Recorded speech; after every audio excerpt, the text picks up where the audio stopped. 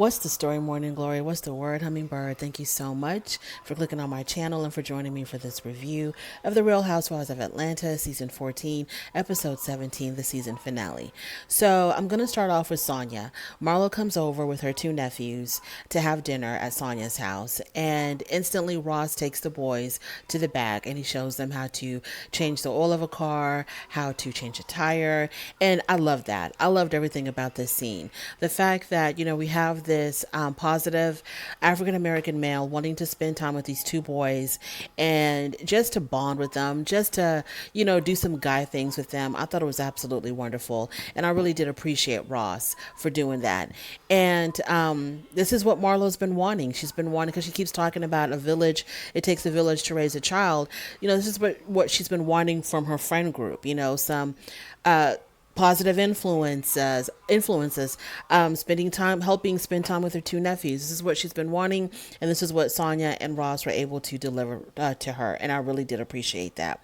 So while the boys are, out there doing their guide thing, Marlo tells Sonya that her mom is coming into town, and she's going to be staying at a hotel. And so Sonya asks, why at a hotel and not with you when you're home? And Marlo says that her and her mom, they've had some issues in the past, and it's just, for the sake of peace, it's better for them to be in separate residences, or to be separate. And we're going to get into that more later on in the episode. So Sonya then tells Marlo that she plans to take out her IUD because she is ready to have that second child with Ross. So all in all, this was a really nice, positive visit. This shows that you can have two women get together, break bread, and there doesn't have to be any drama. There was absolutely no gossiping about any other of the ladies in the friend group. So I totally appreciated this scene from Ross and the boys. Marlo and Sonya talking about Marlo and Sonya. I love this scene. Moving on to Sheree.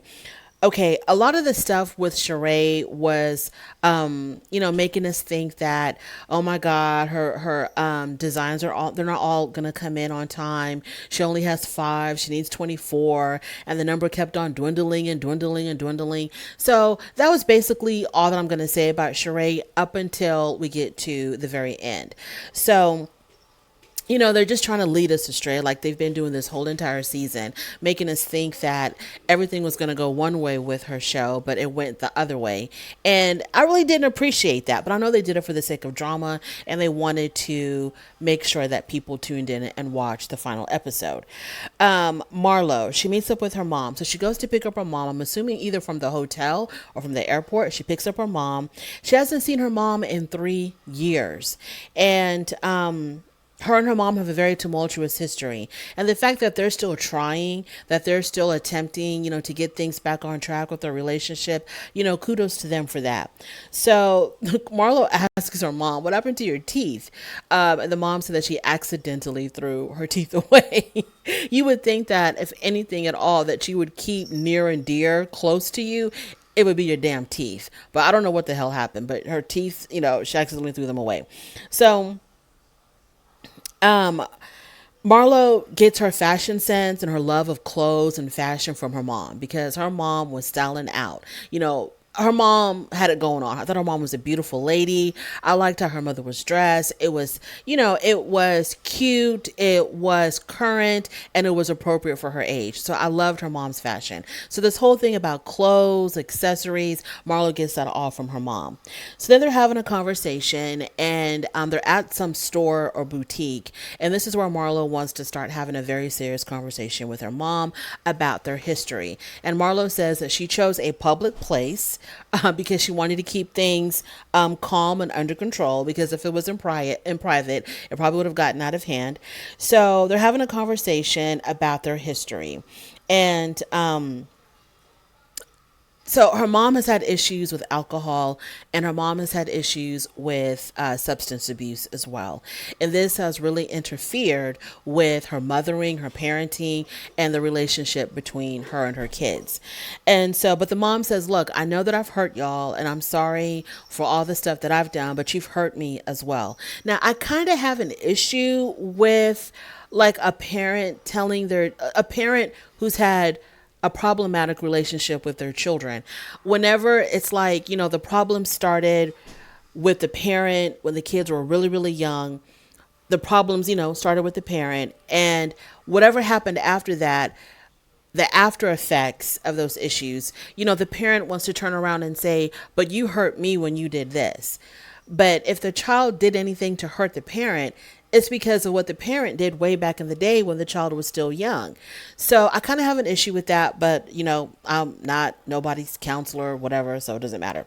So the mom says that she was hurt herself when Marlo kicked her out of the house. And from what I could gather, Marlo had, I think, bought a house or obtained a home for her family. And it was the grandmother living there, her nephews were living there, and I don't know what other relatives were living there.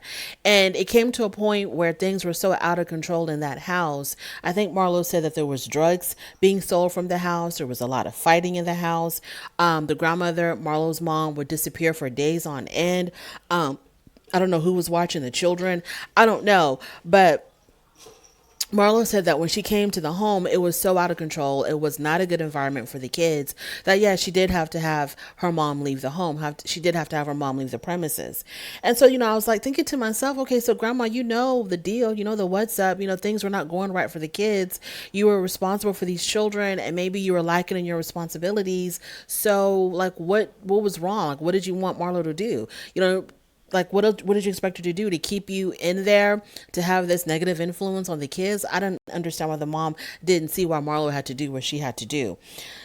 But they did have a very beautiful moment. The mom was crying, Marlo was crying, and the mom was very apologetic, and she seemed really sorry for all the pain that she had caused in the past, and they hugged it out, and I thought that was a really beautiful moment. Let's move on to Kenya. So Kenya, she has her product. CVS has accepted to sell her product, which is what's it called? Kenya Moore Hair Care. To stock her product in 5,000 of their stores. So she has like a big reveal at one of the CVS, and Candy, Sonia, and Drew came to support. So Drew is officially off of the sick and shut-in list. She is out and about now. They talk about Sheree, how her lack of pieces. What is she going to do about her fashion show? She's supposed to have 24 or 29 or whatever, but she only has 5. And so they talk about that. But whatever. This is a moment for Kenya. I don't know why Sheree was brought up, but this is a moment for Kenya. We're all really proud of Kenya. Congratulations for her getting her product in a very well-known nationwide chain. And Candy said in her confessional, I don't even have anything in CVS.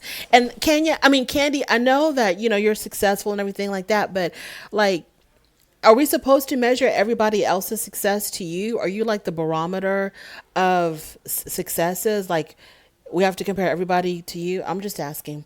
So moving on to Candy. She meets up with her mom. I guess she meets up with her at OLG, at her restaurant. And they talk about the estate planning.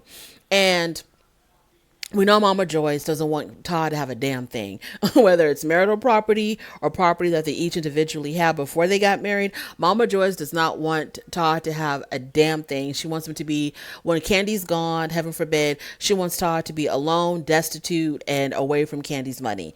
So Candy says that, they're going to have, I guess her and Todd are trying to have like a joint estate to make sure that the kids are going to be taken care of, and the other spouse will also be taken care of. And Mama Joyce, her main concern was Riley. She says, I really want to make sure that you really look out for Riley and that Riley gets her just share. And Candy says, well, I have 2 other kids, Mom. I have Blaze and the little boy, I forgot his name at the moment. I have 2 other kids to worry about too. And Mama Joy says, yeah, but those 2 other children have a dad. Riley never had that. So, please make sure that you make Riley a priority and that, she is going to be looked after and taken care of because she doesn't have another parent to watch over her and take care of her. I've always felt like the relationship between Riley and Todd has been non-existent. It kind of comes across like Riley really didn't care for Todd. I feel like Riley was probably heavily influenced by Mama Joyce because, She probably spent a lot of time with her grandmother. And, her grandmother seems like the type of woman who's not going to hold back. She's going to say what she wants to say about whoever she wants to say it about. So I feel like Riley was heavily influenced by Mama Joyce, and her opinion was shaped by her grandmother about her stepfather, because I just don't see any connection or anything between Todd and Riley. And because I was going to say, well, she doesn't have her biological father is not in her life, but, her mom has been married to Todd for quite a while. Wouldn't Todd, kind of step in and be the one to look out for Riley? But I guess Mama Joyce doesn't see it that way. And then Candy said that she was going to have Don Juan be in charge of her estate. I mean, I knew they were close, but damn. Not your mom, not no other blood relative, but it's going to be Don Juan. I was like, wow, that is a very close relationship, her and Don Juan. And that's it about that. Yeah, so Mama Joyce doesn't really, well, we all know she's never seen it for Todd, doesn't really care how Todd is gonna, but Candy's like, what, I want to make sure that he's gonna be taken care of. And then Candy also says, she said, I don't want him to remarry, because I don't want his new wife to, have to take to be like taking advantage of my stuff, the stuff that I worked hard for, that we worked hard for. She would not want, Todd's potentially new spouse to, reap from the benefits of all of that. So she says he can have a girlfriend, he can do whatever the hell he wants to do, but he cannot. I do not want him to get married. And I'm like, Candy, what? What? Excuse me? How are you going to control that? So I guess you better have it written in your will or in your estate or whatever the hell you're doing. Make sure that it's written out explicitly that if he should remarry, and if that marriage doesn't work out, that his new spouse gets absolutely nothing that was created by you and Todd, or by you. Moving on to Sheree. Like I said, there's not much to say about Sheree. I don't want to talk about her fashion show because we know how it all ended up. So we're not going to talk about all the, fake concerns about the designs. So it's the day of the walkthrough, and Apollo shows up. I thought Apollo needed to kind of trim his beard. Now, I love it when a man has a really nice, healthy beard, but I felt like it needed to be trimmed just a little bit. Full beards, I don't have any issue, any problem with full beards, but I think it just needed to be thinned out just a tiny, tiny bit. It just was so thick and dark on him, and I don't know if his face can handle all of that hair on his face. But moving on. So Apollo's there because he's going to be a part of the fashion show, and then look what the cat done drugged in. Tyrone saunters in. So him and Sheree have a conversation about what went down in Philly.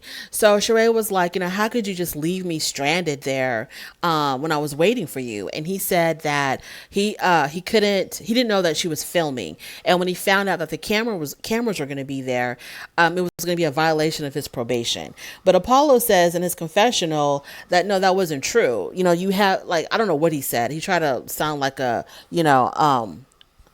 jailbird lawyer. I don't know what he says, section something, or section 33, paragraph 4, whatever. Somewhere it states that, an inmate has the right to have contact with the media. I don't know what the hell Apollo was talking about. I don't know if he was joking or serious. I don't know. But Apollo basically said that's not true. The fact that Sheree was filming had nothing to do with Tyrone's parole. His parole was not going to be violated just because he showed up to film with Sheree. And so Sheree was looking for a damn apology. And Tyrone had the audacity to say, well, I need an apology too. We both need to apologize to each other. But what did Sheree do to Tyrone that she would have to apologize for? I didn't understand that. Not one bit. Moving on to Marlo. Her mom comes over to see her store, La Archive. And so she also invited Candy. And while they're waiting for Candy to show up, her and her mom have they're like in the middle of a fight, right? They get into it. And So the mom, she says she's really proud of Marlo and her success. And then the mom asked why Marlo never came around for Christmas. And I forgot what Marlo said exactly, but I know that she did say, well, I didn't come around, but you didn't have a problem accepting my gifts and my money that I would give to you for the holidays. And so the mom says it was not even about that. We don't care. We didn't care about the gifts and the money. We wanted you there. And so, Marlo says that her mom was the center of all of their problems. Of course, with her addictions. And then the mom brought up the addictions and the men. Then her mother brought up her boyfriend, and she asked Marlo if she could bring her boyfriend around. And that really set Marlo off. And Marlo says in her confessional that when her mom brought up her boyfriend, that was a trigger for her because it made her remember all the times growing up when she wanted to spend time with her mom, but she had to share her mom with all the various men that were coming in and out of her mom's life. And yeah, she was like not trying to hear nothing about no boyfriend at all. And she told her mom, she says, why do you always have to have a man around? Why can't we just be us together? Why do you always need to have a man in your life? And so when Marlo went off about the whole boyfriend thing, the mom was like, okay, girl, never mind. My man doesn't have to come around. Sorry, I, triggered you, my bad. Never mind. Because Marlo really didn't like it. And I totally understand where Marlo was coming from. You want to spend time with your mom. You want a mom that's a mom. And then your mom is always, not only is she battling her addictions, but she's always got some dude around taking up her time. A dude that really doesn't, because even Marlo said, what do these men ever do for you? Have they bought you a house? Do they have like a 401k for you? Are they doing this? Are they doing that for you? Are they taking care of you? Like, what are these men doing for you that are so important that you'd rather have them interrupt the little time that we have together? So I was like, I really felt bad for Marlo. This episode to me was a great, great episode for us to see like a lot of Marlo and a lot of Marlo's life and what she's been through. I really, really, really enjoyed this episode. So then Candy shows up, and Candy, she came into the middle of this argument, and this is when the mom said, when Candy was there, this is when the mom was like, hey, look, okay, you don't got to worry about me bringing my man around. And we also find out that her mom was a nurse. And so I'm really interested to find out, how did her mom go from being a nurse to an addict? Like, what triggered her to want to start abusing substances? I'm really interested in that. But yeah, her mom used to be a nurse. Moving on. So now we are at the end. So it's the day of the show. All of her looks showed up. All of her pieces were there, intact, looking great. 14 years in the making. The story of Sheree is the story of perseverance. It's the story of never giving up. It's the story of not giving a damn what people say. If you have a dream, you're going to chase it until you get it. It don't matter what people say. It don't matter how much they make fun of you, how much they tease you, how many times you are the butt of numerous jokes. She kept her eye on that damn prize, and she stayed focused for 14 years. So everybody shows up. The whole entire who's who of Atlanta shows up. Even Bob Whitfield with his big goofy self, he even showed up to her fashion show. Tyrone once again comes sniffing around. He brought her flowers. He brought her mom flowers. Tyrone is such a non-factor. I don't know if Tyrone is sensing that Sheree is about to take off. I don't know what's going on, like why he's so interested. But you left her high and dry in Philly. And the funny thing about Tyrone is that he had no time for Sheree in Philly, but he found all the time in the world to show up in Atlanta. Well, he did say that he's no longer on a monitor. So maybe, his parole is over. Who knows? So Dwight, he shows up. Dwight Eubanks, Mr. Fashion with no fashion. He was there. And it was a really great show. It was a great show. It was the kind of show when you're looking at it, you want to be there. Like, you wanted to be a part of that. Like, physically be there with everybody else because it looked like so much fun. When the models were coming down, if it was a model that people really liked or if it was an outfit that people really liked, the people really showed their appreciation. They got up, they hoot, they hollered, they yelled, they clapped. It looked like a whole bunch of fun. Sheree did the damn thing. And I'm so super proud of her because it was better than what anybody could have ever expected. I think she exceeded all of our expectations. It was a great show. The fashions were good, the models were good, the atmosphere was lit. And then when Sheree came and did her own little walk, the house came down. It was just, I loved it. I loved every second of it. I was so happy and so proud of Sheree. So at the very end, of course, to give us all the little follow-ups, and like I said, Sonya's trying to have another baby with Ross, and I hope it works out for them. So good luck to Sonya on that. Candy's working on another play with Samuel L. Jackson. Drew still hasn't read Ralph's book. I'm like, okay, isn't the book isn't it on sale now? Like, why haven't you read it? Pick up that damn book and read it. But I thought she said she had read it and that's why she was going to do the forward. So she's going to do the forward without even reading the book? I'm confused. Marlo's edges are flourishing. Good for her. Sheree has a new boo. I pray to God that it's not Martell. And her fashions are finally available for purchase. I thought this was a great season. I really do. And you know what? At the end of it all, I ended up liking everybody. Like, I want to see Sonya. I want to see Drew. I want to see all the ladies. All of them, I want to see them again. There is no one that I'm going to sit here and say, oh, they don't need to come back. I don't want to see them again. I want to see all the ladies. I want to see their husbands. I want Marlo to come back. I want everybody to come back. Great season. And I think that Marlo, I mean, she exceeded my expectations. It wasn't just about shade. We got to see Marlo, the human being, Marlo, the woman, Marlo, the person. And I really did, truly did appreciate that. Yeah, to me, it was like a really great season. And I don't think the reunion is going to be that messy. I've seen the previews of the reunion. I don't think the reunion is going to be that messy. I don't think so. I could be wrong, but we'll see. Thank you so much for joining me. I really do appreciate it. On your way out, please do not forget to rate the video if you like this content. Please subscribe, and I will definitely talk to you later. Bye.